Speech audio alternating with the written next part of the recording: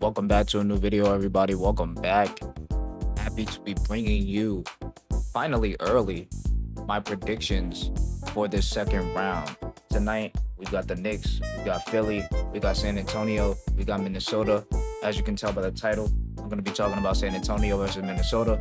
First off, let's just get my prediction out the way. 100%, I've got San Antonio in 6. I do think they're the better team overall. They've had less injuries, they're more healthy.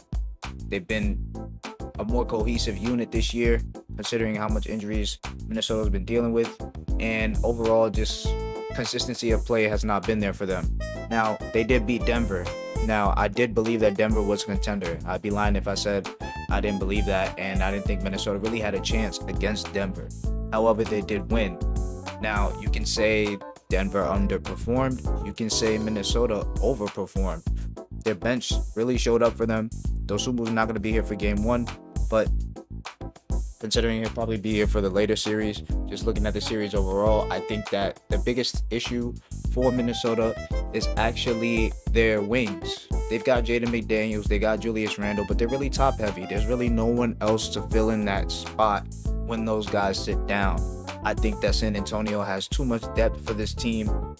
And considering they really don't have anyone on the perimeter that can defend these guys at a consistent pace on Minnesota. Who there outside, let's say Anthony Edwards, and I think his defense is overrated, but let's just say him and McDaniels, right? Who really on the perimeter is going to be guarding anything? Gobert cannot guard anything on ball. I mean, he's decent on ball, but he's a body, he's tall, but he's better weak side to catch his blocks. He's not doing that head on with Wembanyama. He's going to get sauced up on the perimeter, taken to the basket. I expect Wembanyama to be really working that face-up game. No post-ups on this one. He's just straight cooking this dude because Gobert can't keep up with him.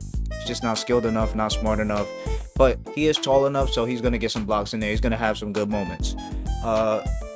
I think Devin Vassell is going to be key. He is going to absolutely torch Minnesota. They've got no answer for him. He's not only a pure shooter from the outside, he can create off the dribble, smart, high IQ player, great chemistry with the other guards and players on the team. He's going to be setting people up, all up and down. De'Aaron Fox, no answer for him. The perimeter is going to be really key for San Antonio in this series. I mean, it was key against Portland. It's going to be key for them to win any series, but in particular, Wembanyama can kind of put them over the top depending on what the series is. So the guards just have to play well in every series. That's why it's key. Nothing short of different here. They need to beat Minnesota. They have to have good guard play because Minnesota's guard play is lacking. DiVincenzo's down. Bones Highland's inconsistent. Mike Conley's old. Anthony Edwards is really the most reliable perimeter player they have.